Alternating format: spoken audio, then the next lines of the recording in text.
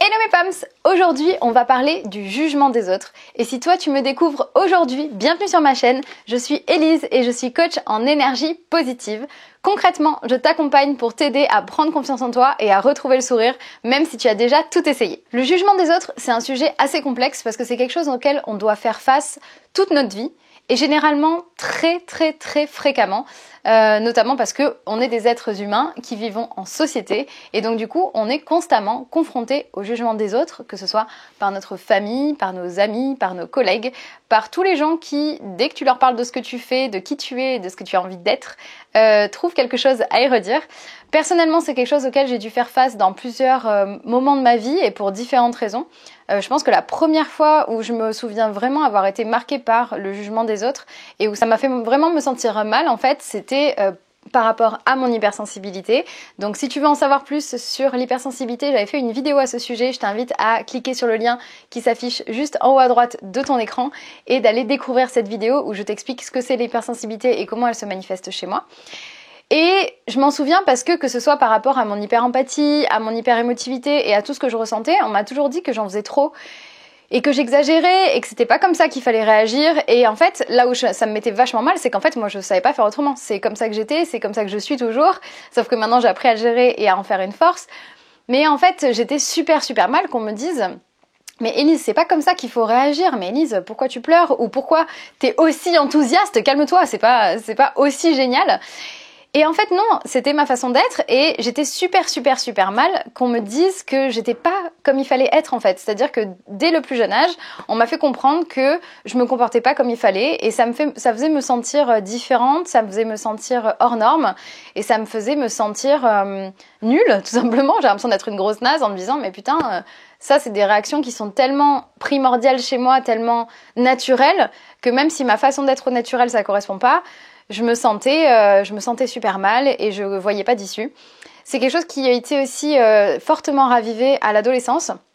En fait, j'ai été détectée d'une scoliose aggravée, donc c'est un problème dans le dos de santé qui fait que j'ai dû porter un corset pendant 2 ans. Et un corset, c'est en fait une genre de cage de plastique que tu portes tout le temps et c'était à l'âge du collège.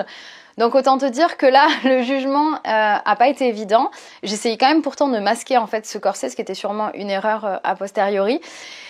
Mais ce corset-là, dès qu'il était vu, aperçu, en fait j'étais plus féminine, j'avais une carrure de mec, c'était dégueulasse, j'étais un monstre.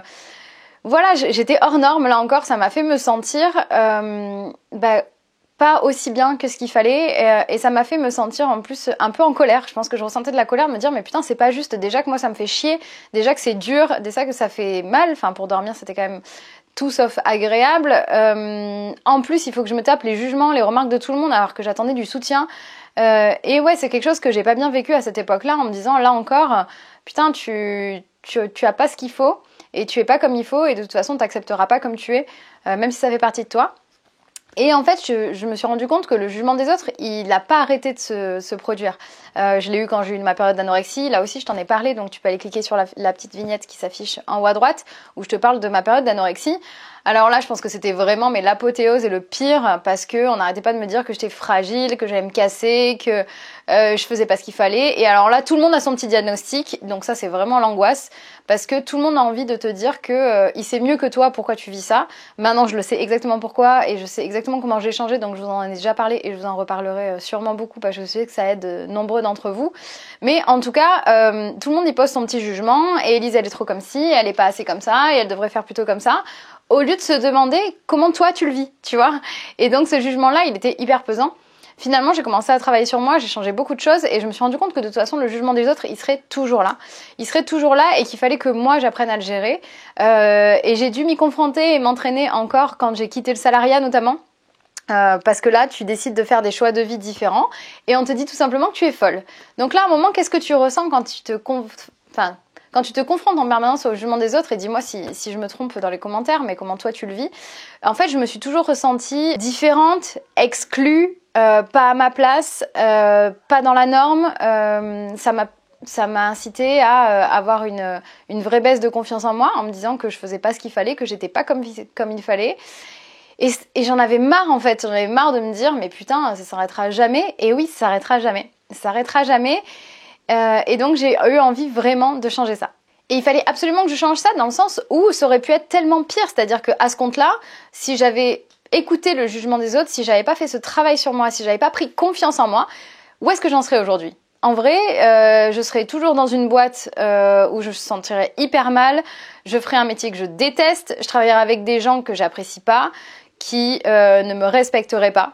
Je serais toujours mal dans ma peau, je me trouverais moche, j'arriverais pas à me regarder dans le miroir. Je serais sûrement en dépression et encore malade, encore plus malade, parce que ce que j'ai vécu par le passé, je me suis aussi beaucoup rendu compte que c'était mon bien-être mental qui se mettait sur mon bien-être physique. Et si j'avais pas changé les choses, je sais même pas si je serais encore là. En tout cas, je serais vraiment dans un sale état. Et j'ai compris à quel point le jugement des autres, c'était aussi quelque chose auquel il fallait qu'on fasse face. D'accord ? C'était pas un truc à subir en mode, il y aura toujours le jugement des autres et tant pis, je vais souffrir. Non, il existe d'autres façons de voir les choses. Et quand on parle de jugement des autres, ça me fait aussi toujours penser à cette coachée que quand je l'ai rencontrée, elle souhaitait changer de vie, littéralement, et principalement dans un cadre professionnel. Elle avait envie de se réorienter, mais personne n'y croyait. Personne ne pensait que c'était un bon choix, qu'elle allait de toute façon pas y arriver.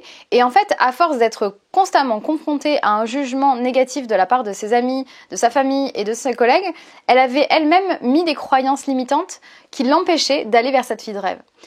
Pendant plusieurs mois, on a travaillé ensemble sur comment changer sa perception du jugement des autres, comment elle recevait les critiques négatives, comment elle les digérait et comment elle pouvait changer sa façon de percevoir ça pour en tirer le meilleur et surtout pour ne plus se sentir bloquée.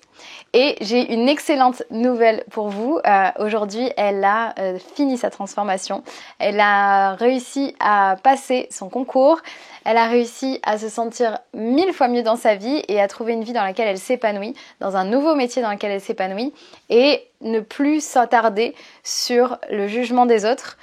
Et je pense que ça l'a vraiment libérée, ça lui a permis de prendre confiance en elle et de finalement distancer, et c'est ça le plus important, le jugement des autres. Faire ce que t'aimes au quotidien, d'être aimé par les gens avec qui tu te sens bien, de pouvoir te lever le matin en étant content de ta vie et de te sentir bien, c'est quand même vachement différent de quand tu te sens complètement bloqué, que tu ne peux aller nulle part, que tu peux rien faire, que tu peux pas quitter ton job, que tu peux pas être avec une personne qui t'aime pour ce que tu es et que tu traînes avec des amis super toxiques qui sont toujours en train de te critiquer. Si toi aussi tu sens que tu es bloqué par ce problème de jugement des autres, sache que c'est quelque chose que je traite définitivement avec mes clients en coaching. Et si ça t'intéresse, je t'invite à cliquer sur le lien dans la description de cette vidéo pour en savoir plus et connaître le prix.